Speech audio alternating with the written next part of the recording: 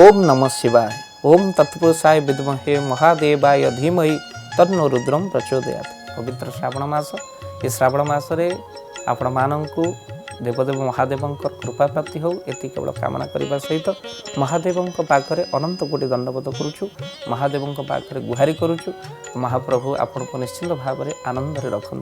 आज आलोचना करबा आपण जदि बोलबम जाउचंती श्रावण मासरे तो आपण माने केबे भी ए भूल करंतु नहीं। जो माने श्रावण व्रत मध्य करंती से माने मध्य भूल केबे करिबा कथा नहीं, नहले आपणक शिव पूजा निष्फल होई जिवो, आपणक व्रत निष्फल होई जिवो। सहस्र बाट आपण चाली चाली किलोमीटर बाट चाली चाली आपण जो रुद्राभिषेक करूचंती बा शिवं को जलाभिषेक करूचंती ताहा मध्य वृथा हो जिवो। तो कोन करिबेनी श्रावण मासरे ध्यान देई सुनतो। ए वीडियो रे आमे माने आपण मानकु कहिबो, आपण केबे भी श्रावण मासरे जो माने काउडिया भाई अछंती से माने केबे भी श्रावण मासरे क्षीर पान करंतु नाही। मन रखितांतु शिवंकर अतिशय प्रिय होची क्षीर, तेणु सेति पई जो माने बोलबम जाउचंती से माने केबे भी क्षीर पीबा कथा नहीं। तापरे आपण मन रखितांतु तेल केबे भी लगांतु नाही। तेल श्रावण मासरे जो माने श्रावण व्रत करूचंती बा बोलबम जाउचंती अनेक जानंती नाही, सेति पई वीडियोटी। तेणु आपण माने केबे भी श्रावण रे जदि आपण बोलबम जाउचंती मास जाक तेल लगांतु नाही।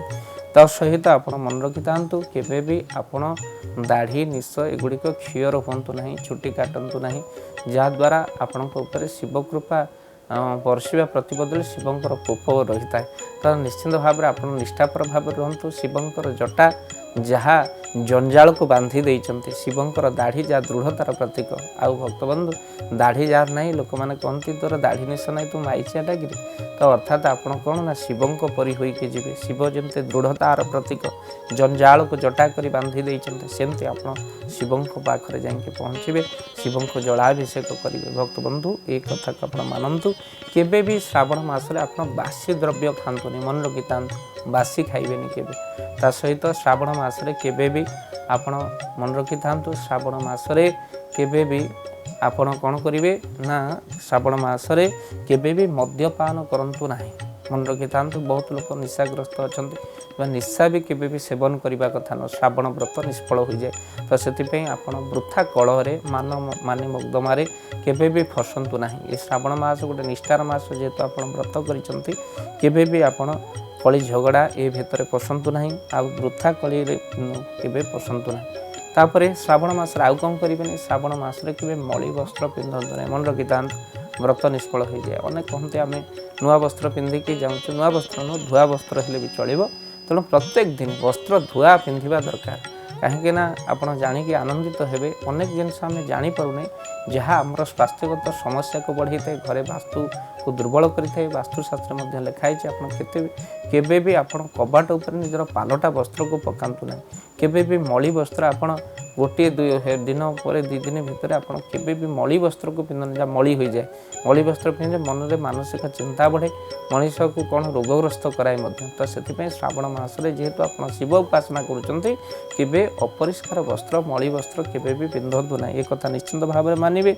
आउ श्रावण रे केबे भी बेक खाली रखतु ना, आप निश्चिंत माली धारण करंतु। जो मैंने पार्थिव शिवलिंग पूजा करती जल उठेला बेले देखिए से माली पूजा कर बेकर पकाते, कहीं आपड़ बेकरे नथिबो माल लुंगी पिंधा हेबो। माल को माल जाइफल महापुरुष लिखिंट, जो आसो जे कली काल महापुरुष अच्युतंकर मालिका मन पड़ जाए। मालिकार महापुरुष कहते जिते कली काल शेष बेल आसो से लुंगी पिंधा माल माल हेबे।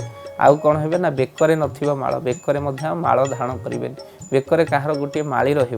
आउ भक्तबंधु आ देह संपूर्ण रूपे खाली करने कथा नुह। आगुरी नारी मैंने अंटा सूता धारण करुले, एवं से अंटा सूता ना, आ बेकरे कहार माली ना। तो से माली निश्चिंत भाव में आप धारण करूँ। आउ यही श्रावण मासरे गोटे बेलर माली आप धारण कले आपंकर ऐश्वर्य बढ़े, धन हानि हुए ना, शिव कृपा मिले। तेणु यही मालीटी मास जाक धारण करेंगे। आमिष केबे भी भक्षण करेंगे। ये मास जाक जेहेतु आप आमिष छाड़ी जे तापर आम मास जाक आमिष छाड़ी जाऊ, आउे देखला पुणी आमिष भक्षण करूँ। यह द्वारा कौन हुए ना, आपणकर भक्तबंधु भक्ति रे बाधा आसे। जे श्रावण मास जाक आमिष, आउे देखला श्रावण मास शेष पुणी भक्ति आमिष ना छाड़ी, एकदम छाड़ी दिंतु। जीव हत्या करूँ, जीवन जार दया ना, उद्धव चंडाल तिथि। तो से आप मन रखि था, गृहस्थ किसी नियम कोहल रही, तो आप मास जाक आमिष छाड़ू। पियाज रसुण आपण मैंने मस जाक चेष्टा करूँ न खाइबापी आउ जदि आप न पार्टी गृहस्थ आम जेहेतु गृहस्थ रोचे किसी नियम कोहल रही आपड़ जदि जल लगी कर बोलबम जाऊँच सोमवार दिन आपड़ पियाज रसुण खातु ना मस जाक आमिष भक्षण करूँ या द्वारा शिव कृपा लाभ तो सहित आउ कि नियम आपण मानक कहूँ जो मैंने शिव मंदिर में जल लगी काउड़िया बोलबम जाऊँच से मंदिर गर्भगृह को केवे भी प्रवेश करते मन रखी था आपणकर सब वृथा हो जाए गर्भ को कहीं आपण देह ओदा थाए आप जो जल लगी करते आपणकर वस्त्र जल शिव मस्तक पड़े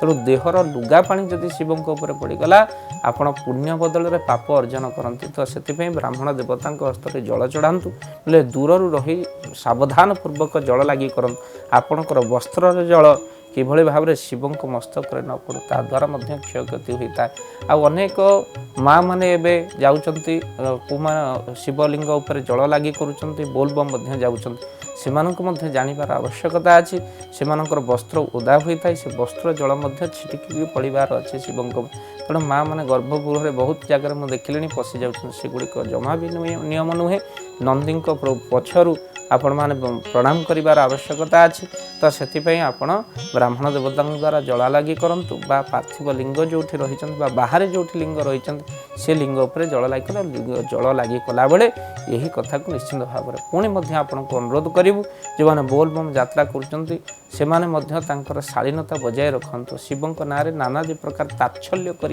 गीत सब बाहर जहाँ श्रुति मध्य नुह श्रुति कटु हो जहाँ कर्ण को ठीक लगुनि आम जो महादेव को निजर आराध्य बोली विचार करुचु जी कोपे दियंती बर तपे दियंती बर तांको जमती आम पड़िशा घर लोक भली अट्टहास्य करुचे गोटे गोटे शब्द को आप शुणिले आखिर लुह गड़ेबे गंजेई टाणी शोची बाबा पानी ढाली चाल उठेदबा ये जो शब्द गुड़िक व्यवहार कर शिव को परिहास पूर्वक ये शब्द व्यवहार करतु ना कार्तिक फादर पार करवा गणेश फादर पार करवा तेणु ये सब कथा गुड़िक कले शिव को अट्टहास्य थट्टा करे भक्ति प्रति बदल में आम भितर कौन ना गोटे परिहास पूर्वक आम भितर पाप अर्जन आम कले बोली जानिबा भक्ति सहकार जातु ओम नमः शिवाय जप करी जातु आउ टिके शरीर को तेजान करने आपण मैंने डाक काउड़िया भाई मैंने डाक दिंतु तेणु से आप शिवंकर विभिन्न नाम जयकार दे जातु जहाद्वारा बहुत लाभ हुए आ परवर्ती समय देखा जाउछि बहुत वीडियो भाइराल होउछि से माने कौन कर गंजेई सब टाणुचंती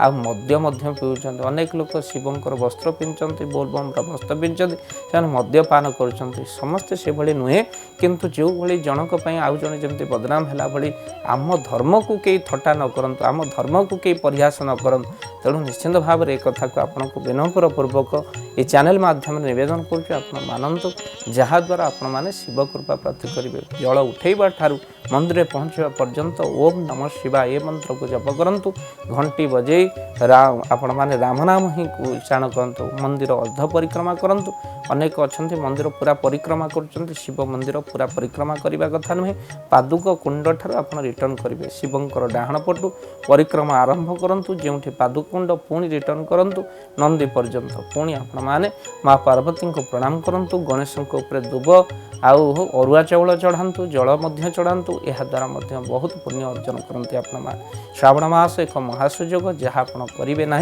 से कथा आम मैंने आपन को निवेदन पूर्वक कहलु जहाँ आपण व्रत को दुई गुण करने सहित आपण को निश्चिंत पुण्य ही प्राप्ति कराई तो निश्चिंत आपण मैंने मानवे आ वीडियो को बहुमात्रा शेयर करेंगे आग को पठेबे कहीं हुए तो ये श्रावण मास आउ किछि दिन रहिला जो माने जलाभिषेक करना से शिखा दरकार आर वर्ष आपण मैंने यह सब वीडियोर कथा गुड़िक नियम शुणी आपण मानक निश्चिंत लाभदायक हुए जहाद्वारा महादेव अहेतुक कृपा आपण बरसे आउ आपण मैंने समस्त मनोकामना पूर्ण हुए जड़े जड़े भावती जे वर्ष मुझे गोटे थर गले 12 वर्ष जावाक पड़ो एमती गोटे कथा भरी जाइए अनेक मन में तेणु से जलाभिषेक करने को शिव को जल देवाई डरती तेणु सेमती किसी भी कथा कौन शास्त्र लिखा हुई नहीं तो आपण मैंने जमा भी से हिसाब रे आपण मैंने जमा भी भय करिवार नाही कहीं ना आपण श्रद्धा अच्छी वर्ष तापर वर्ष आपंकर श्रद्धा रही पारे आपंकर देह सुस्थ रही पारे पारिवारिक रही पारे गोटे वर्ष अच्छी श्रद्धा आप जल लगी कर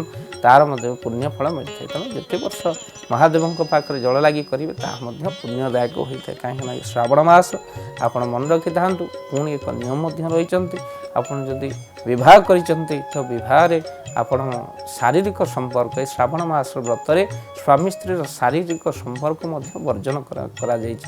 ତ ସେଥିପାଇଁ ଆପଣମାନେ ଏ କଥାକୁ ମଧ୍ୟ ମାନିବେ। ଆଉ ଏ ଶ୍ରାବଣ ମାସ ନିଷ୍ଠାର ସହିତ ବ୍ରତ କଲେ ଆପଣଙ୍କୁ ଶିବ କୃପା ମିଳିବ। ପୁଣି ଥରେ ଆପଣମାନଙ୍କୁ ନିବେଦନ କରିବୁ ଏ କଥାକୁ ମାନିବେ। ଆଜି ତ ସମୟ ହୋଇଯାଇଛି ଆପଣମାନଙ୍କ ପାଖରୁ ବିଦାୟ ନେବାର। ପରବର୍ତ୍ତୀ ଅଧ୍ୟାୟରେ ପୁଣି ଏକ ଶିବ ମହିମାକୁ ନେଇ ଆଜିର ଶ୍ରାବଣ ମାସର ଏ ଯେଉଁ ସୁନ୍ଦର ଆଲୋଚନା ଆପଣମାନେ ନିଶ୍ଚିତ ଭାବରେ ଶ୍ରବଣ କରିବେ। ସମୟର ସଂକେତ ବିଦାୟ ନେବା। ପୁଣି ସେ ପର୍ଯ୍ୟନ୍ତ ଯେପର୍ଯ୍ୟନ୍ତ ଆଉ ଏକ ନୂଆ କଥା ନ ଆସିଛି ଆପଣମାନେ ଦେଖି ଚାଲନ୍ତୁ। ବିଭିନ୍ନ ଭିଡ଼ିଓ ଏ ଚ୍ୟାନେଲ ମାଧ୍ୟମରେ ପଡ଼ୁଛି, ଆପଣମାନେ ଦେଖିବେ। ଭକ୍ତି ଭରା ଆପଣଙ୍କର ଜୀବନ ହୋଇଯାଉ, ତେଣୁ ଭକ୍ତିମୟ ହୋଇଯାଉ ଆପଣଙ୍କ ଜୀବନ, ଏତିକି କେବଳ କାମନା କରି ଆଜିର ବାଣୀକୁ ବିଶ୍ରାମ ଦେବା। ଜୟ ଜଗନ୍ନାଥ। ଓମ୍ ନମଃ ଶିବାୟ।